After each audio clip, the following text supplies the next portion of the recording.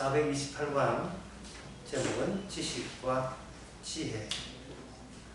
지식과 지혜의 차이점은, 지식은 인간들이 만들어낼 수 있는 것은 지식이고, 지혜는 땅에 없는 것이 지혜가 됩니다. 하늘에서 주신 것, 하늘에서 은사로 주신 것이죠. 그러면 인간이 만든 지식과 하나님 주신 지혜가 부드럽게 충돌하지 않고 화해할 수 있느냐, 좋게 만날 수 있느냐, 그렇지 않습니다. 그래서 대충돌이 벌어집니다. 그 충돌 벌어지는 그 대목이 고린도후서 10장에 보면 나옵니다. 고린도후서 10장 5절에서 보면,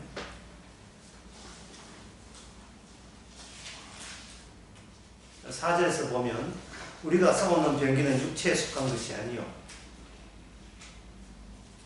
오직 하나님 앞에서 견고한 진을 파하는 강력이라. 이에 대해서 육체에 속한 것이 아니요 라는 것은, 사도 바울이 전하는 복음은 인간의 육신에서 이해할 수 있는 게 아니다 이 말이에요. 사람의 지혜로서, 그걸 지금 지식이라고 했죠. 사람의 지식으로서 받아들일 수가 없어요. 근데 뭐냐, 하나님의 견고한 진을 파하는 강력이라.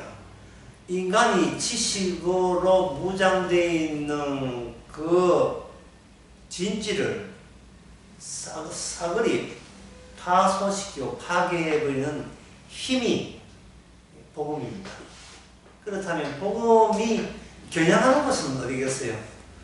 인간의 지식 가지고 하나님도 파악하려고 천국 가려고 시도하는 모든 것에 대해서 하나님 가만두지 않고 폭격을 해버리겠죠.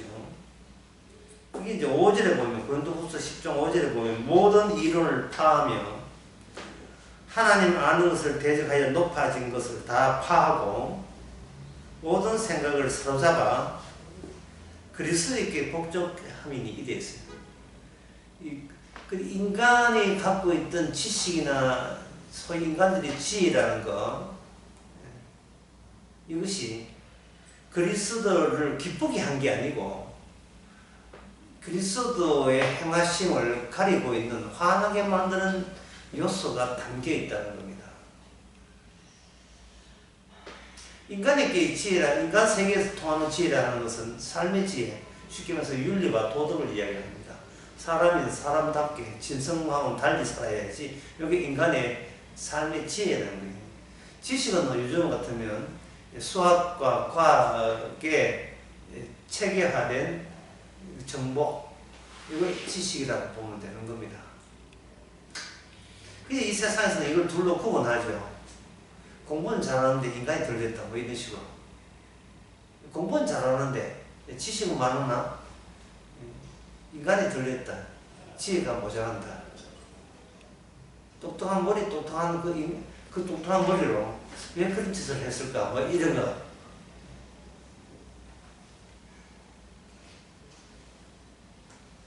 6절에 보면, 고린도후서 10장 6절에 보면, 너희의 복종이 온전하게 될 때 모든 복종치 않은 것을 벌하놓고 예비하는 중이 있노라.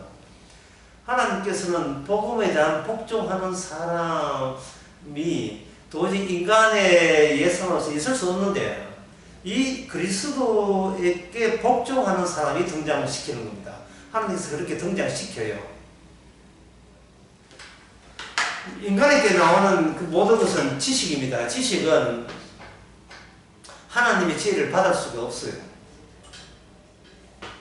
예수님 자체가 지혜거든요. 예수님 자체가 지혜예요. 지혜를 받을 수가 없습니다. 지혜를 받을 수 있다면 굳이 십자가 지시를 안 했죠. 세상 죄를 지고 가는 어린 양이 되기 위해서는 세상의 모든 것은 죄가 돼야 돼요.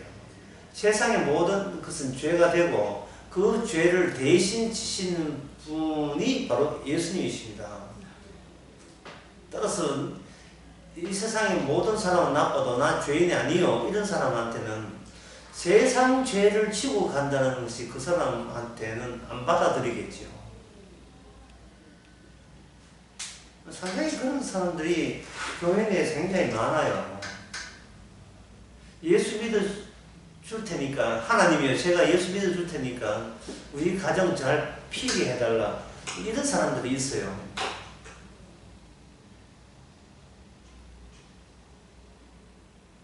이 복종하는 거 아니죠. 이용하는 거죠. 쉽게 말해서 예수여 당신이 내한테 복종하세요, 이런 이야기예요. 내 멀쩡한 인생, 내 멀쩡한 가정에 당신의 도움이 필요하니까 당신은 내가 주인공 되는 것에 복종해달라고, 이런 말도 안 되는 요구를 뭐 교회마다 다 그 이야기를 하고 있죠. 교회마다. 그 주님께 복종하기 싫은 거예요. 왜냐하면 본인이 본인한테 이미 복종당하고 있기 때문에, 주인이 하늘에 태양이 둘이 될 수 없이 내가 주인인지 예수님이 주인인지 둘 다를 가지려고 시도하는 겁니다. 그런데 거기에 대해서 하나님께서는 벌 내리겠다는 거예요. 똑바로 복종 안 할래? 안 그래? 그렇다면 너는 내가 벌 내리겠다. 복종하지 않은 사람에게 벌 내리겠다. 모든 인간의 이론을 파하고. 예수님 자체가 지혜가 된다는 것은 마태복음 12장 42절에 나옵니다. 마태복음 그 12장 42절에 보면, 심판때에 남방 여인이 일어나 이 세대 사람을 정죄하려니 이는 그가 솔로몬의 지혜로운 말을 들으려고 땅끝에서 왔음이니라. 솔로몬보다 더 큰 이가 여기 있느니라. 이렇게 되어 있어요.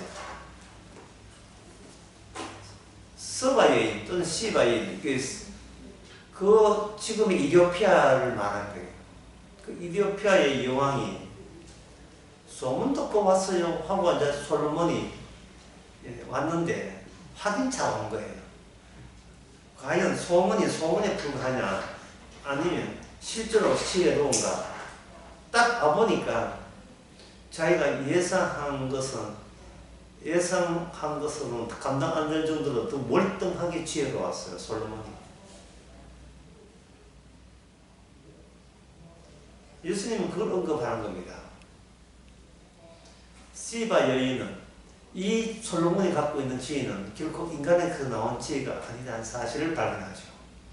솔로몬이 지혜가 이 땅에서 만들어낼 수 없는 하늘의 지혜가 유독 오직 온리 솔로몬에게 주어졌다는 사실을 이 시바 여인, 남방 여인이 인정을 한 거예요. 솔로몬에 정의된 겁니다.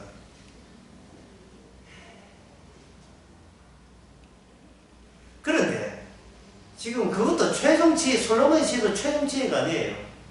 마지막 때에, 그걸 발견하는 42절의 심판 때에, 마지막 때에 솔로몬의 지혜를 보다 능가하는 최종적 지혜자가 지금 너희 앞에 있다. 그 이야기하고 있습니다.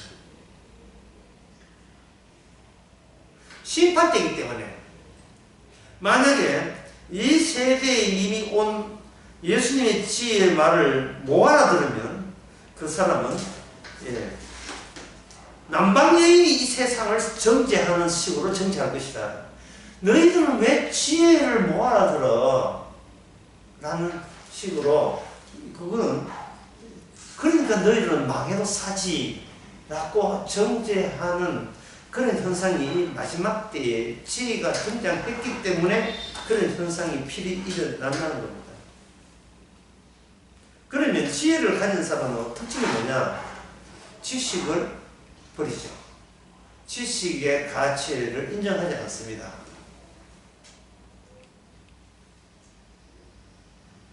내가 나의 잘남을 지키기 위해서 그동안 배웠고 노력했던 모든 이론, 오히려 이 이론들이 진짜 지혜, 영생을 얻는 지혜를 방해하는 것으로 작용했다는 점을 인정하는 것. 그게 바로 그리스도의 교회에 복종하는 거예요. 내가 신학 박사 하게 했다, 철학 박사 하게 했다, 내가 뭐 이렇게 부자가 됐다, 내가 목사가 돼서 뭐 이렇게 유명세를 떤다. 바로 이것이 유일한 지혜, 세상 죄를 지어가는 어린 양의 그 피를 모독하는 그런 방식으로 주님 앞에 서 있음을 자인하는 거예요. 스스로 인정하는 거예요. 그래서 나는 지식으로서 누가 뭐라고 욕을 해도 난 더 이상 지식인보다는 남방여인처럼 지혜를 보고 기뻐하는 사람 되겠다. 이것이 복종하는 거예요.